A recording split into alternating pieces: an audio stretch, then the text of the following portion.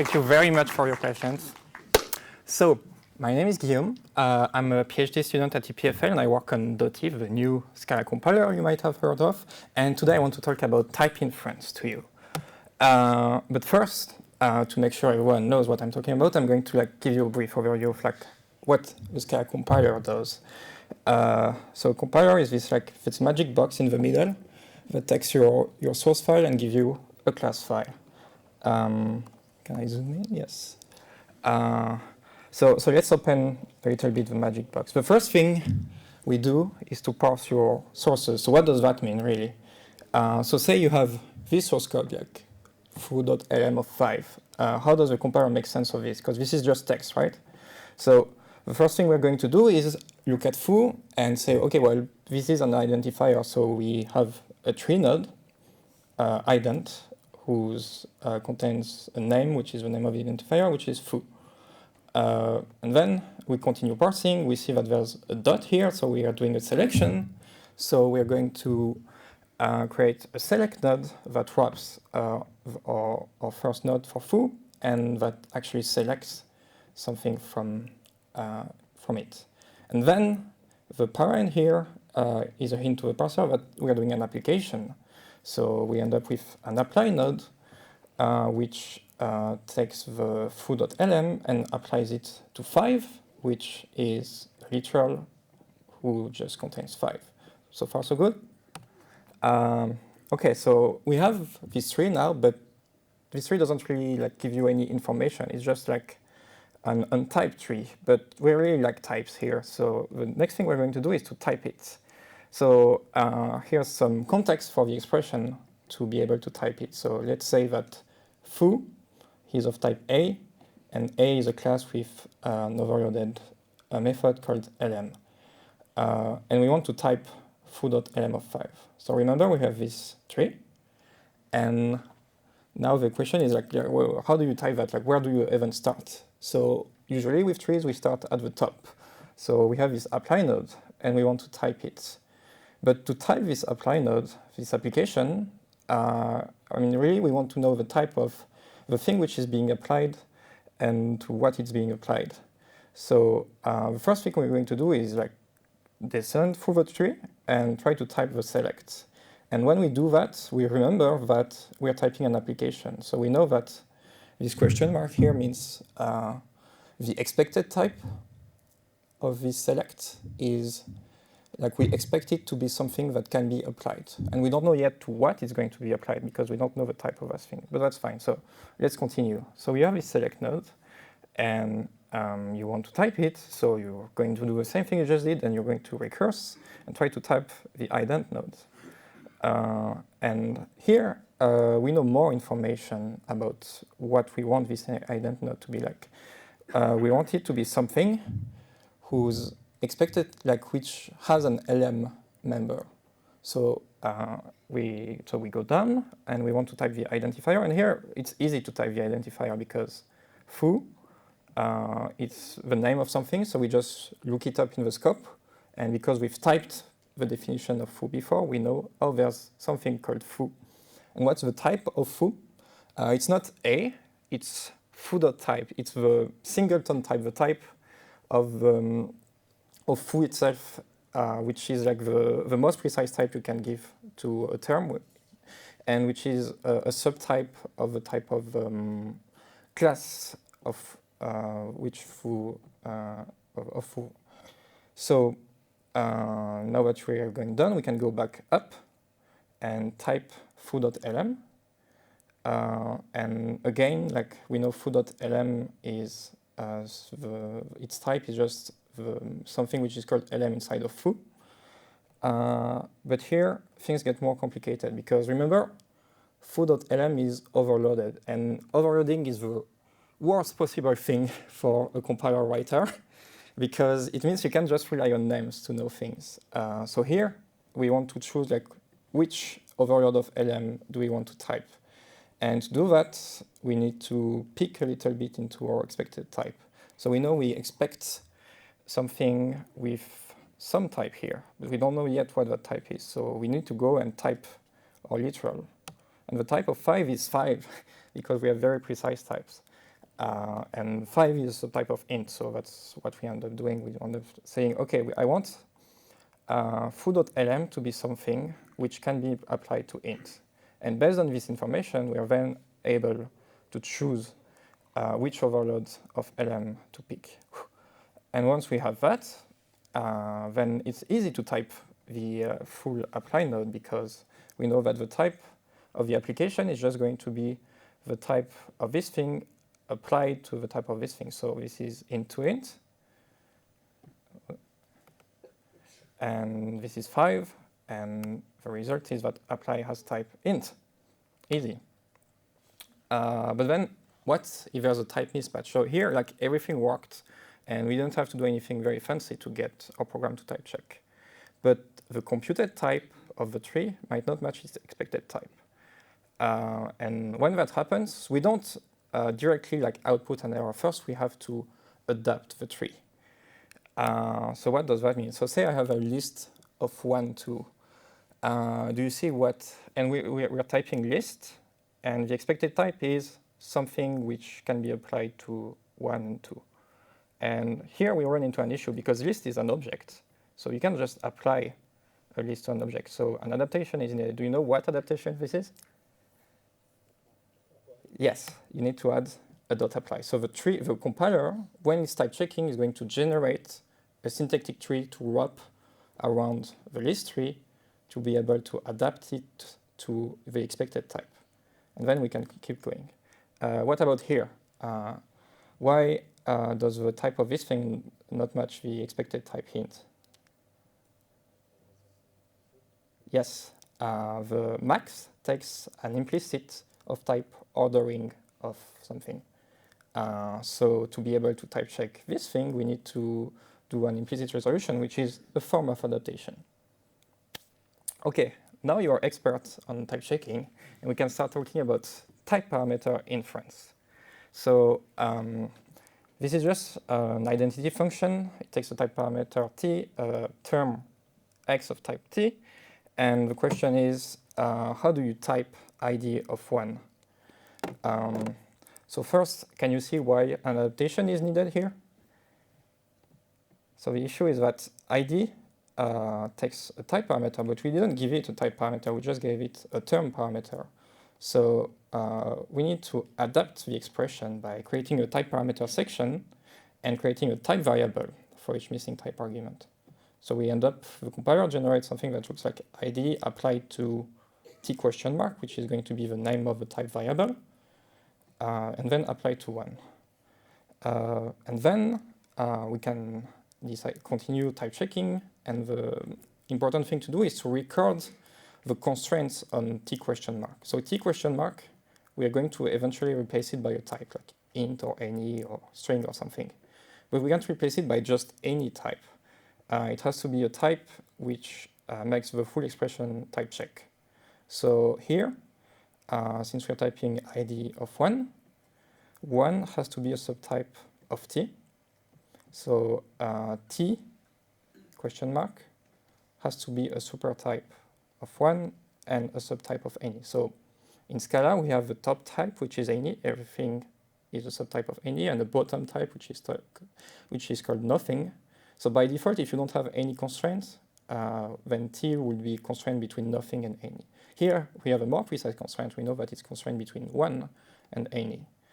And then, now that we have this information, we can decide to instantiate the type variable to a type that satisfies its constraint. So we could choose 1. This is a valid type, but it's a type which is a bit too precise. So what we do when we instantiate is just we widen singleton types to a non-singleton type. So instead of choosing 1, we choose int, which is a more interesting type because it has more than one member. Singleton types are useful for some things, but they're usually not what you want to infer by default. So fine. But so there's something which I don't really explain here is we saw that our type variable t has to be a supertype of 1 and a subtype of any, and then we decided, okay, let's go with 1 and widen that to int, but why not choose any? Like, why choose the lower bound instead of the upper bound? And the other question is, like, why did we decide to do the instantiation at this moment? And this is the art of instantiation, which is, you have two very important questions, which is when should you instantiate a type variable? If you have a complicated expression, you're not going to do it like right at the moment where you see the type variable. So if you do the instantiation too early, say if we instantiated t question mark before we typed that it's applied to 1, then we wouldn't be able to see that we need to choose one, to choose int. So we can't do things eagerly. And we can't either like do things too late, because at some point you need to instantiate the type variable. And I'll explain later, for examples of what this means. And the other important question is when you have two bounds, like you know that t is constrained to be between a lower bound low and higher bound, upper bound high, which one do you choose, or which type do you choose in general? Like,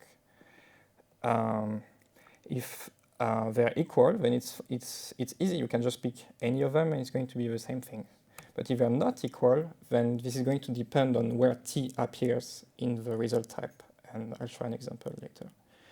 But first, I'm going to show a concrete example. So we have here a method foo, which takes a type parameter t, and goes from a term parameter x of type t to a list of t. To type check foo1, we need to adapt the expression. So that's going to give us a type variable as before. Then record the constraints. So here the constraint is just that t is between int and any as before. It's 1 and any, but let's forget about singleton types for now. And then the question is, well, do we pick int or any? And well, what do you think? You want int, right? And why do you want the int? Because if you look at the result type, you see, oh, it's a list of t question mark. So you probably want list of t question mark to be int. But let's do another example. So this is almost the same thing, except this time foo returns a method, returns a function from t to string. So now the result type of foo applied to t question mark 1 is going to be t to string. And now, do you want t to be int or any? Any. So what's the magic word here? Yes. Trick question now. If you have a method that returns a t to t, do you want t to be int or any? There's no actual good answer right now, because if you either one which you pick might prevent you from later typing the rest of the expression. So we can delay the instantiation until we have more information. So to recap, the question was like, when is it safe to instantiate? So imagine I have a method foo with a type parameter t, and I return something called rest type. And then I call foo with some arguments. Then I know that t is between low and high.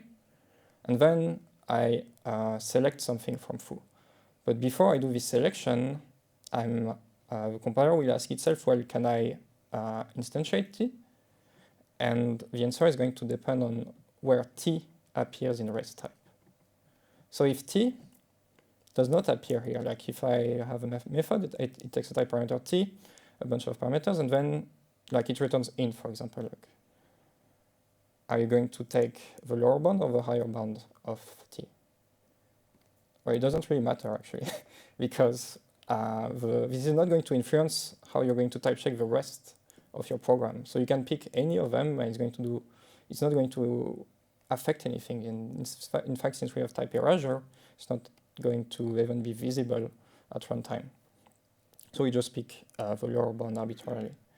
So what if t appears in a covariant position, like in the list t, if this was list of t?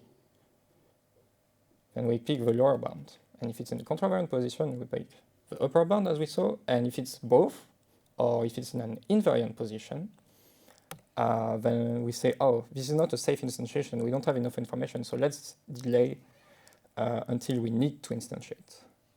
So the next question is like, when do we actually need to instantiate things? Like, when can we not delay anymore? And the main one is when you infer a result type. Say I have val x equals to array, like an empty array. The type of x cannot be array of t question mark, because that's not really a type. There's like a constraint that needs to be solved to be able to give a type to x. If we were doing like global type inference, we could say, for now, x has type array of t, and we'll figure out what t is later. But in Scala, we normally give types to things, and then we start using things with s types, and we don't like go back and change our types later on. So do you know what the type of x is? Yeah, it's an array of nothing. When we type a lambda, then we run into a very similar problem, because here I have a lambda which takes a parameter y and then calls y plus 1. To be able to type check this y plus 1, I need to know the type of y. So I need a real type for y and not something with type variables. And when we do an implicit search, we also need to instantiate type variables, but not all of them. I'll explain that later. And there's a few other cases, but they're less important. Okay, so let's go for an example. So first, here's just a class with a type parameter, and then here's again our identity method from footy to footy, and you call id of foo of 1. So what's the type of f? What do you think it should be? Foo of int? Yeah.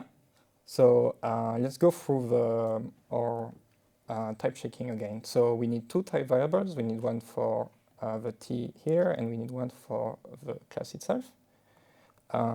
Then when we type check foo applied to 1, we know that a has to be a supertype of int.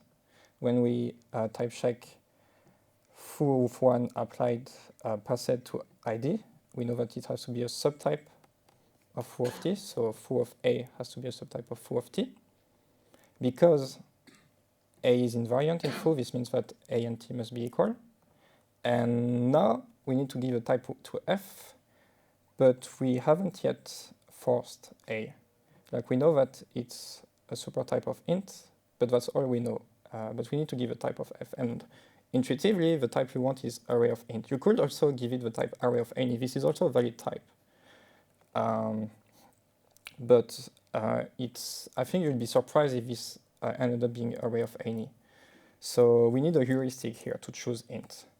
And the heuristic is pretty simple. It's if a type variable is constrained in one direction, so here a was constrained in its lower bound was constrained to be at least int, then we're going to pick that as the instantiation. If it had no constraint, or if it had two constraints, if we had constrained both its upper bound and lower bound, then by default we just always use the lower bound. But the important part is just, if it's constrained in only one direction, then this is probably like some type that the user explicitly passed something of type int, so it's expecting the result to be of type int or something like that. So like there's no like deep fundamental reason to do it that way, just what's going to be the less surprising to users. Okay, so now you're an expert on type parameter inference, but you might like be skeptical of like, well, okay, but is that any better than Scala 2, and how is it actually different from Scala 2? And it's actually difficult to tell because not many people have written .e code yet. So what I did is I made a thread on contributors.scalalang.org, the discourse instance where people discuss the internals of Scala, and I asked people to send me like cases where they expect something to be inferred and didn't infer correctly. And the surprising thing is like most of the things they sent me, they already work in .e. So I was pretty happy with that. There's a few things which we can still improve, I think, but I think we're on the right track. So okay, but like, what are we doing differently than Scala 2 that's so much better? So remember when I said that we should worry about when a type variable is instantiated? So Scala 2 does it differently. Scala 2 looks at every type variable, and it's going to instantiate all of them after typing a parameter list. Like if you have f of a, and then apply to a, and then apply to b, after the first application is going to instantiate all the type variables it sees, and then after the second, it's also going to instantiate any new type variable. But actually, there's a special case for nothing. If it's about to instantiate something to nothing, it's just going to stop and say, okay, let's wait. And the problem is that this can sometimes be too late and sometimes too early. And now I'm going to show some examples showing like what that means. So, okay, so here's some simple code. Here's an application. So this method takes an x of type t and a function from t to string and applies y to x. So this is just the application. There's two versions of this method, one with two parameter lists and one with one parameter list. So let's first look at the one with one parameter list. The one with two parameter lists. So does this type check in Scala 2? Yes. And does this type check? Yeah, there's no problem here. Okay, but what if we start using the method with one parameter list? Does this type check? Yeah. The second one doesn't type check. So what's going on here? When you type the lambda, as I said before, you need to give a type to x here. But because Scala C is very rigid and only instantiate type variables after every parameter list, when it gets to this point, it doesn't have a type for x yet, so it gives you an error. So this is one of the reasons why people like to put lambdas in a separate parameter list. And yes, it's fixed in .t. But we can also have the inverse problem. Okay, so here we have a class with one type parameter, which is invariant, and a method to, say, put something in the class of type t. So if I type new foo1, and then I try to put a string, does that type check in Scala 2? Yes, it does. And the reason it does is, after type checking new foo of 1, it's going to try to instantiate t. But you would get nothing, so it stops. And wait until the second part of the expression says, oh, I'm going to put a string. So now I know that this must be a string, and I can instantiate t to string. And everything is fine. But I have this second class here, which is exactly the same, except I put a lower bound here. So do you think this is also going to type check in Scala 2? No. Yeah. So what's going to happen here is I type new foo2, and here t, before it was just between nothing and any, but now it's between null and any. And the type checker does not, in Scala 2, special case null. So it says, okay, I have type checked this part of the expression, I should instantiate t to its lower bound, so it's null. And then you get a type mismatch on the next line because null is not string and because Scala 2 was too early. So this is why, in this case, .t would not instantiate t question mark until it has seen all the constraints. All good? So this special casing of nothing in Scala 2 has other weird consequences. Mostly that sometimes like you just really want to infer nothing because it's a valid type and you can like do interesting things with it. But sometimes Scala 2 is just not going to let you do that. Like if you try to do this, it's going to say, oh, I can't infer t, but you can. Like it's nothing, of course. So there's a workaround in Scala 2, which is like define your own type, which is a subtype of nothing, and that actually works. I discovered that by accident, I think, and then so Michael Pilquist, one of the FS2 authors, wrote a blog post on inference-driven design, which is very interesting, about how they try to make FS2 like the API as nice to use as possible by taking into consideration how well the compiler is going to infer things. And one of the things they need is to do this trick. Otherwise, like there's a lot of things which don't work well when you have like pure streams. Anyway, okay, so now you're basically you know everything about how type parameter inference works, but there's a few advanced topics I can go into in the time which remains. And which one do you want me to start with? This is the worst because it's not fixed. I don't have time to write a bunch of slides about how to fix it, but let's go to fold left. So fold left, if you've ever tried to write something like this, like, do you know what this does? It reverses the list, but it doesn't work because the first parameter of fold left is like the 0 of the fold, and here we're passing like the empty list. And then the second parameter is a function used to like compute each element of the list, starting from the end of the list. And this is going to fail because after the first parameter list, we know that the type of ACK, the accumulator, has to be a supertype of nil.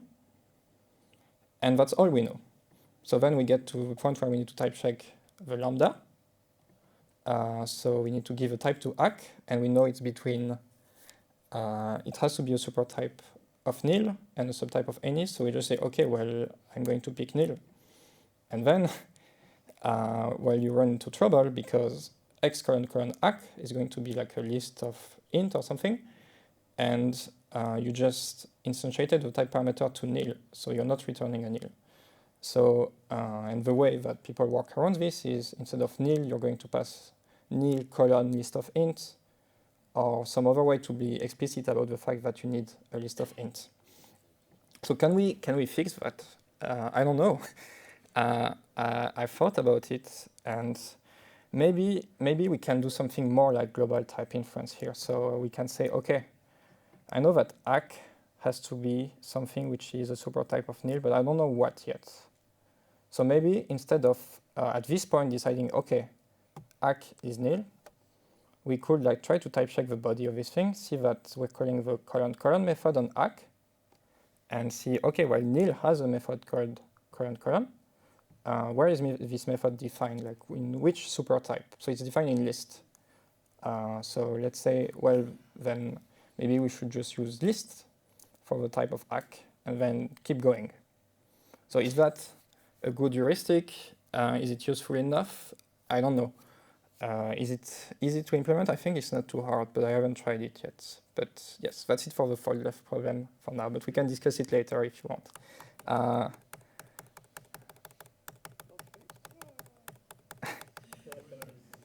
So, okay, which one should I do next? Implicit search? Okay. So implicit search, as you all know, is a very simple subject that never confuses anyone. So we are in a similar situation than before. We have this method foo that takes a type parameter t, a term of type t, and then it wants an implicit of type foo of t. So we did our first adaptation. We know that foo has this type variable t, and it takes a term of 1. And then at this point, we need another adaptation, and we need to do the implicit search for foo of t. And the question is, so the t here has been replaced by t question mark. So now we are going to do an implicit search with a type that contains a type variable. Does that make sense? Well, we can say like it's kind of like an abstract type, so maybe yeah. But should we instantiate the t question mark to get rid of it before doing the implicit search? Well, let's try to not do it and see what happens. So this is the same method as before. And now we have two implicits, one which is foo of int and the other is foo of any. And like, which implicit should be picked? More specific? You probably want the foo of int. Like, just intuitively, that's probably what you want. So we know that t is a supertype of int. But if at this point we say, okay, let's just do the implicit search, then we're going to see that foo of int is a subtype of foo of t question mark, and foo of any is also a subtype because like, they both match. You could pick either. So you get an ambiguous implicit. That's not good. So okay, let's do the reverse. Like let's instantiate all the type variables which appear in the type that you want to search an implicit for. And that mostly works, except when you want to encode functional dependencies. And here's an example. So let's say you want to have a multiplication operator that can like take two matrices and give you back a matrix, or take a matrix and a vector, give you back a vector, blah, blah, blah. So this is a type class, basically. It's a multi-parameter type classes, and there's some dependency between these parameters. If you have two matrices as input, then the output has to be a matrix. If you have a matrix and vector, the output has to be a vector. So how do we encode that in Scala? So we can make a type class with 3 parameters. And then we can make implicit instances for all the operations we want to support. So we want to support matrix times matrix that gives you a matrix, and matrix times vector that gives you a vector. Make sense so far? So then you define, say, a method mult that takes an A and a B, and then it's looking for this type class instance that takes an A and a B and returns a C. So when you call it into matrix, you get the matrix, you get the picture. Let's try to do it with what we just said, where we said, well, we're going to instantiate all type variables. See what happens. So we get 3 type variables. We know that A has to be a supertype of matrix, B has to be a supertype of vector, because vector is of type vector, and it has to be a subtype of this B here. And C, well, we don't know anything about it. It's unconstrained. It's between nothing and any. So at this point, if we do the implicit search for our type class, and we said, OK, let's just instantiate all these things. So then that means we are going to do an implicit search for mult of matrix vector nothing. Does that work? No. You're not going to find your implicit because you don't want a nothing here, you want a vector. So what do we do? And so this is something that actually took me some time to figure out, because I think our first implementation did not support that correctly, and this did not came up immediately, because this is a somewhat non-obvious thing to do. But it happens sometimes in the standard library, especially before Scala 2.13. I don't know if you've heard of can build from. This is exactly a functional dependency. It takes 3 parameters, and the third one depends on the 2 parameters. And in 2.13, you don't have can build from, but you have build from, which is the same thing. It's just used in less situations. So anyway, here's the solution. Just instantiate the type variables which have been constrained before. So to explain that, let's go back to our example. So we know A is supertype of matrix, B is supertype of vector. We don't know anything about C. We are about to do our implicit search. So we instantiate A and B, but then we get to C and we know, oh, well, we don't know anything about C yet. So let's just not instantiate it and go look for an implicit that match. And so we find this matrix vector vector implicit. Does it match? Is it a subtype? Well, MVV is a subtype of mult matrix vector vector. So is that a subtype of mult matrix vector C? Yes, if you set C to vector. So, and that's the only one which is going to match, because you have this functional dependency. So success. We were able to find the correct implicit and to get the correct result type. Let's go to another very simple topic, hierarchy types. So it turns out that type variables can be higher candidate too, since type parameters can be higher candidate. So say you have a foo which takes an f, which is a type constructor, and then you have a term parameter f of int. And then we have this term which is just a pair of int int. So if I do foo of I, what should be the type of f? It's a good question, right? So we set our constraints, and here we have this weird thing where the constraint is not like f is a supertype of something, but f applied to int is a supertype of something. So here's one solution. We can say f takes an x and a type, and then it returns a pair of this type. But there are other solutions. Do you see them? You can take an x, but actually you return an int x. Or you can take an x and return a pair of x and int. Or you can just, this one is wrong, but it should be like int. You can just discard this thing. So there's a name for that. It's called higher order unification, and it's a complicated problem. So in general, it's undecidable, and there's an algorithm that you can use, but you probably don't want to use it because it might not terminate. And it might also give you, like here, multiple solutions. And we don't want multiple solutions, we want one solution. So this is SI 2712, which long-time Scala programmers have heard of. So this issue was opened in 2009 and closed in 2016. And I'm not sure I have the internet here, so I might not want to, let's see. Because I think it's like, it's a piece of history you might want to look at just to appreciate it. So this was on Jira before, which is why the formatting is weird. But yeah, so Adrian opened this issue saying, oh, well, we should implement higher order unification.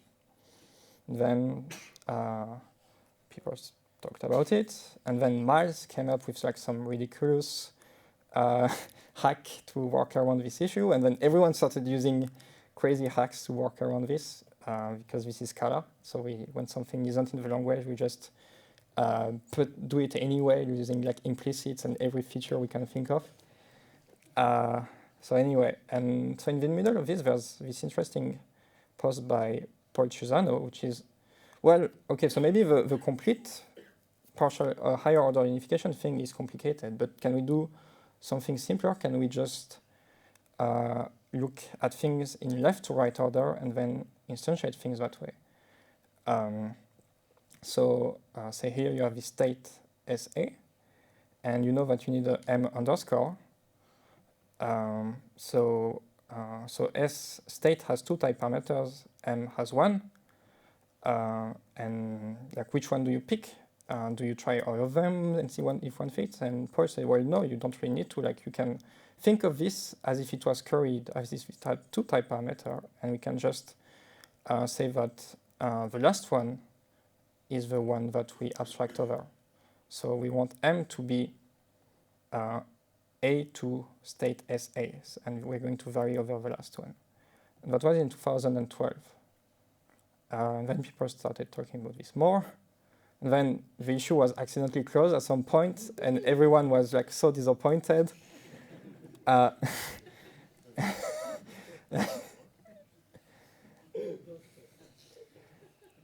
And then in 2016, I looked at this and I tried it in Dotty and the idea of Paul, and it seemed to work, but I didn't like really investigate more. And then Miles actually implemented it in Scala 2, and it worked really well.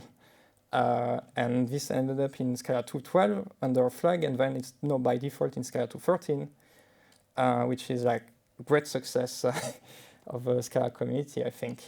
And so Dotty fixes it in the same way. So that was, I think no one complains about this thing, but if you're interested in the history of this thing, there's like a blog post by Travis Brown where he explains how people worked around this before Miles fixed it, and it's like, it's glorious. It's like 10 lines of implicit parameters, stuff like that. It's amazing. Okay, we're done with that. So let's talk briefly about union types. So I don't know if you've heard of union types. It's a new feature in Dotty. Say I have this if then else, one branch returns 1, the other returns true. What's the common type here of this expression? In Scala 2, it will be any val. In Dotty, you can say, oh, this is int or boolean. So why the hell did we put this thing in Scala? Like, is this really a useful feature? Well, some people actually find it useful for various things, including interop with JavaScript. In fact, Scala.js has a version of union types as a library. But the real reason why we put it in the language is If you don't, then you can get into interesting situations. So you don't really need to understand the example here, but the funny thing here is that you have in one branch C, in the other you have D, and with a type of X should be like the least upper bound of C and D, like a type which is a supertype of both, but which is still as precise as possible. Like we could give any, but any is not a very interesting type. And so we know that both C and D extend A and B. So we could say, well, the common type is A with B. But we also know that they both constrain T, the type parameter, which is common to A and B. So because of this constraint, we could say, well, T has to be a subtype of the least upper bound of these two things, which is A with B, which is also constrained with type T, and so on and so forth. So the problem here is this is infinite. And so you need to approximate it. And in Scala, so Scala 2 has logic to approximate it, and most of the time it's fine, but sometimes you can get like crazy giant types. And sometimes you don't even see it, but you just have like slow compilation time because it's like we've generated some crazy long type somewhere. And in .E we don't have this issue because we can say, well, the common type of C and D by definition is C or D. Problem solved. And the other question is, well, okay, we have these unions, but when should we infer them actually? So here's an example. So I say I have this X here, which can be an A or a B. So in Scala 2, this would be inferred to base always, because that's the only common type. In .E, we could infer it to A or B. But then that could break existing code, because say you assigned X to C later, because this is var, that would fail. So this is a similar problem we have with singleton types. When you have a singleton type, you usually want to widen it to a less precise type, because when you have two precise types, that can sometimes constrain too much what you can do with your expression later on. But so .E is just the heuristic is if there's a union at the top level, widen it. And you might say, well, wait, didn't you just say you needed this thing to avoid the infinite loop problem? Well, yes, but we are just going to widen it at the top level. So here we have C or D, and we can widen it to A with B type T, subtype of C or D. And this nested union, we're going to keep it. So we don't get the infinite problem, and we don't get the too precise type problem. I think this is still not ideal, especially if you want to design APIs that use union types. Because say I have an X and I explicitly say, oh, this should be A or B, so that's fine. And then I assign it to something else, you immediately lose the fact that this is a union. It's going to be widened. And so that can make some use of union types very burdensome, like you have to write a bunch of type